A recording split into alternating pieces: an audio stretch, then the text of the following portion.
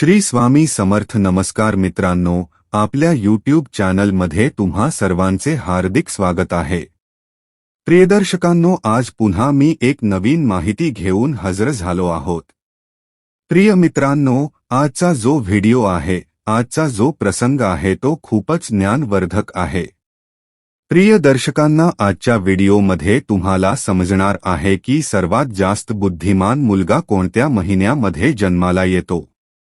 प्रिय मित्रांनो, जर तुम्हाला ही गोष्ट समजली तर तुमच्या मुलांचे आयुष्य यशस्वी होऊ शकते. आणि मित्रांनो, ही गोष्ट प्रत्येक व्यक्तीने समजून घेणे महत्त्वाचे आहे की कोणत्या महिन्यात जन्माला आलेला मुलगा सर्वात जास्त बुद्धिमान असतो. प्रिय मित्रांनो, पुढे जाण्या अगोदर माझी तुम्हा सर्वांना नम्र विनंती आहे. तुम्ही या आपल्या यूट्यूब चॅनलवर नवीन असाल तर चॅनलला सबस्क्राईब करा. त्याचबरोबर मित्रांनो, कमेंटमध्ये श्री स्वामी समर्थ लिहायला विसरू नका. चला तर अधिक वेळ न घालवता आपण आपल्या व्हिडिओला सुरुवात करूया. प्रिय मित्रांनो, तुम्हाला माहित आहे का की सर्वात जास्त बुद्धिमान मुलगा कोणत्या महिन्यामध्ये जन्माला येतो? जर आपण ज्योतिषशास्त्राचा विचार केला तर जन्माची वेळ व्यक्तीबद्दल खूप काही सांगत असते. जन्मकुंडली ही जन्मतारीख आणि त्या वेळेनुसारच बनवली जाते. ज्योतिषशास्त्रामध्ये कुंडलीलाच पाहून त्या व्यक्तीच्या भविष्य, त्या व्यक्तीचा स्वभाव याबद्दल सांगितले जाते. त्यामुळे ज्योतिषशास्त्रानुसार हे सर्व सामना खूपच सोपी गोष्ट आहे की कोणत्या महिन्यामध्ये जन्माला आलेला मुलगा सर्वात जास्त बुद्धिमान असतो. मित्रांनो, तुम्हाला ही गोष्ट तर माहीत असेल की आपल्या कर्मानुसारच आपल्याला फळ प्राप्त होत असतात. जर कुठला व्यक्ती चांगले कर्म करत असेल तर त्याला चांगले फळ प्राप्त होतात. तर दुसरीकडे कुठला व्यक्ती वाईट कर्म करत असेल तर त्याला वाईट फळांची प्राप्ती होते. प्रियदर्शकांनो, त्याचबरोबर आपले चांगले आणि वाईट कर्म आपल्या मागच्या जन्मातील सुद्धा येत असतात. तुम्ही असा पाहिले असेल, एखादा मुलगा खूपच श्रीमंत घरामध्ये जन्म घेतो आणि त्या मुलाचं आयुष्य खूपच सुख सुविधांनी भरलेलं असतं, तर काही मुलं अशा परिस्थितीत जन्म घेतात. घर खूप जास्त गरीब असतात. त्यांच्याकडे एक वेळच खायला अन्न सुद्धा नसतं. शरीरावर घालायला कपडे नसतात. सकाळी जेवण मिळालं तर संध्याकाळी मिळेल की नाही याची शाश्वती नसते. संध्याकाळी मिळाला तर सकाळची आशा नसते.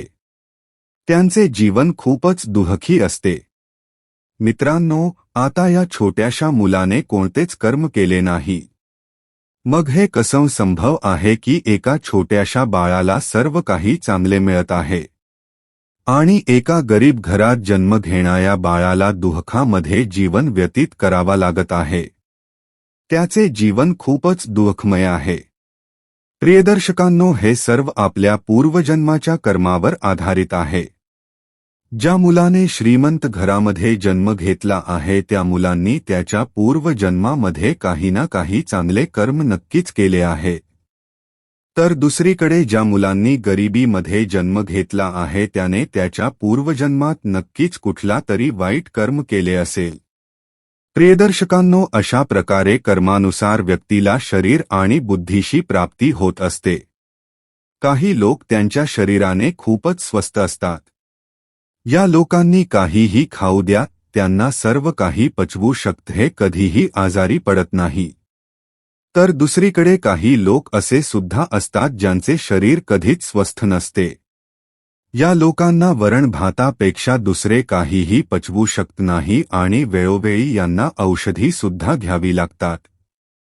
आणि प्रत्येक वेळी ही लोक आजारी पडलेली असतात. प्रियदर्शकांनो, हे सर्व कर्मावर आधारित आहे.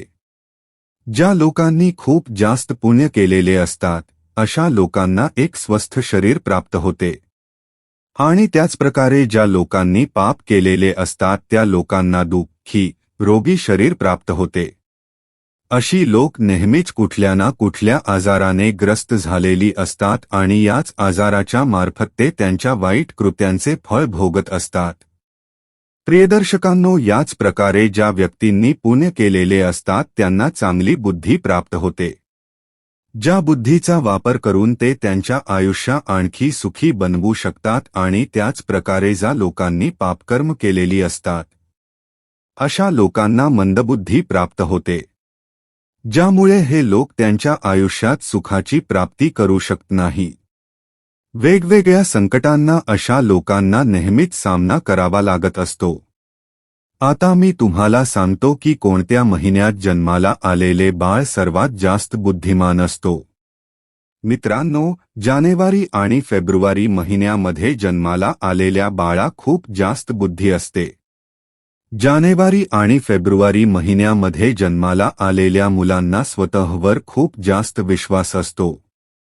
त्यांचा आत्मविश्वास प्रबळ असतो आणि लहानपणापासूनच ही मूल त्यांच्या आयुष्याचे स्वतः मालक असतात आणि त्यांच्या आयुष्यात हे मुलं नवनवीन ध्येय गाठ असतात. अशा मुलांचे आई वडील खूप जास्त भाग्यवान असतात, कारण अशी मूल त्यांच्या आई वडिलांचे नाव उज्ज्वल करत असतात. प्रियदर्शकांनो, मार्च आणि एप्रिलमध्ये जन्माला आलेली मुलं खूपच रागीट स्वभावाची असतात. प्रियदर्शकांनो, ही मुलं क्षणोक्षणी राग करत असतात. सारखा या मुलांना राग येत असतो. ही मुलं मी स्वतः श्रेष्ठ कसा आहे हे सिद्ध करण्याच्या मागे असतात. स्वतःच भाग्य सुधारण्यासाठी ही मुलं दुसऱ्या कोणाचं नुकसान होत असेल तर त्याचा मुळीच विचार करत नाही. त्याचबरोबर या महिन्यात जन्माला आलेली मुलं खूपच जास्त शक्तिवान असतात. ही मूल त्यांचे करिअर बनवण्यासाठी अन्यायाचा मार्ग निवडतात आणि या गोष्टीचा त्यांना पश्चाताप अजिबात नसतो. मे आणि जूनमध्ये जन्माला आलेली मुलं खूप जास्त भाग्यवान असतात. प्रियदर्शकांनो, मे आणि जूनमध्ये जन्माला आलेल्या मुलांचं मन खूप जास्त निर्मळ असतं. सोबतच ही मुलं नेहमी दुसऱ्यांना मदत करणे त्यांचे प्राथमिक कार्य समजतात. परंतु यांचा भाग्य त्यांची साथ देत नाही. या लोकांना नेहमीच लोकांच्या फसवणुकीचा सामना करावा लागतो. त्याचबरोबर व्यापारामध्ये या मुलांना खूप नुकसान सहन करावी लागते. ही मुलं स्वतःचं भविष्य स्वतः निश्चित करतात. मग त्यासाठी यांना धर्माच्या मार्गावर चालायला लागलं किंवा धर्माचा मार्गावर चालवा लागलं तरी सुद्धा चालत. प्रियदर्शकांनो, जुलै आणि ऑगस्ट महिन्यामध्ये जन्माला आलेली मुलं खूपच दयाळू स्वभावाची असतात. प्रियदर्शकांनो, काही मुलं खूपच जास्त भाग्यवान आणि सरळ स्वभावाचे असतात. ही मुलं नेहमी इतरांना मदत करत असतात. त्याचबरोबर आई वडिलांची सेवा करताना कधीच मागे हटत नाही. या महिन्यामध्ये जन्माला आलेली मुलं दुसऱ्यांच्या नजरेत नेहमीच महान बनण्याचा प्रयत्न करत असतात आणि या मुलांना या गोष्टीमध्ये यश सुद्धा प्राप्त होतो. सप्टेंबर आणि ऑक्टोबर महिन्यामध्ये जन्माला आलेली मुलंही खूपच भाग्यवान असतात. ही मुलं देवावर भरोसा ठेवणारी असतात. देवाच्या भक्तीवर यांचा खूप जास्त विश्वास असतो. त्याचबरोबर देवाच्या भक्तीमध्ये जास्त वेळ घालवत असतात. ही मूल त्यांचं भाग्य उज्ज्वल करण्यासाठी कोणत्याही प्रकारचा कट कारस्थान किंवा कोणताही अनुचित मार्ग स्वीकारत नाही. हे नेहमीच धर्माच्या मार्गावर चालत असतात. ही मूल त्यांच्या मेहनतीने, त्यांच्या इमानदारीने त्यांच्या परिवाराला सक्षम बनवण्यात यशस्वी बनवतात. या लोकांच्या आयुष्यात खूप सारे अडचणी येत असतात, परंतु हेच लोक या सर्व अडचणींवर मात करतात. त्याचबरोबर देवाची कृपा लोकांवर सदैव असते. हे लोक खूप जास्त बुद्धिमान असतात. प्रियदर्शकांनो, नोव्हेंबर आणि डिसेंबर महिन्यात जन्माला आलेली मुलं, या मुलांचा स्वतःचे विचार खूप चांगल्या प्रकारे विकसित झालेली असतात. या मुलांना दुसऱ्याच्या भावना चांगल्या प्रकारे समजतात. नोव्हेंबर आणि डिसेंबर महिन्यात जन्माला आलेली मुलं देशभक्तीच्या कार्यामध्ये समय व्यतीत करणं पसंत करतात. हे नेहमी इतरांना मदत करत असतात. यांच्या जीवनात सुद्धा अडचणी येतच असतात, परंतु त्यांच्या स्वभावामुळे ही लोक त्यांच्या अडचणीवर अगदी सहजरित्या मात करतात.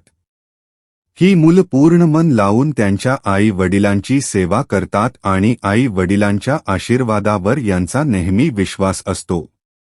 तर मित्रांनो, अशा प्रकारे पूर्वकर्मानुसार प्रत्येक मनुष्याला त्याच्या फळांची प्राप्ती होत असते. पूर्वकर्मानुसारच माणसाच होणार भविष्य ठरलेलं असतं. त्यामुळेच आयुष्यामध्ये नेहमी चांगली कर्म करत राहावे. नेहमी मदत करत राहावी. देव सर्व काही पाहत असतो. या जन्मात नाही तर मग पुढच्या जन्माच्या कर्माचे फळ आपल्याला मिळत असतात. मग ते चांगलं असो किंवा वाईट. मित्रांनो, व्हिडिओ आवडला असेल तर लाईक करायला विसरू नका. श्री स्वामी समर्थ. जय श्री राम, जय श्री हनुमान, जय श्री कृष्ण, जय माता लक्ष्मी.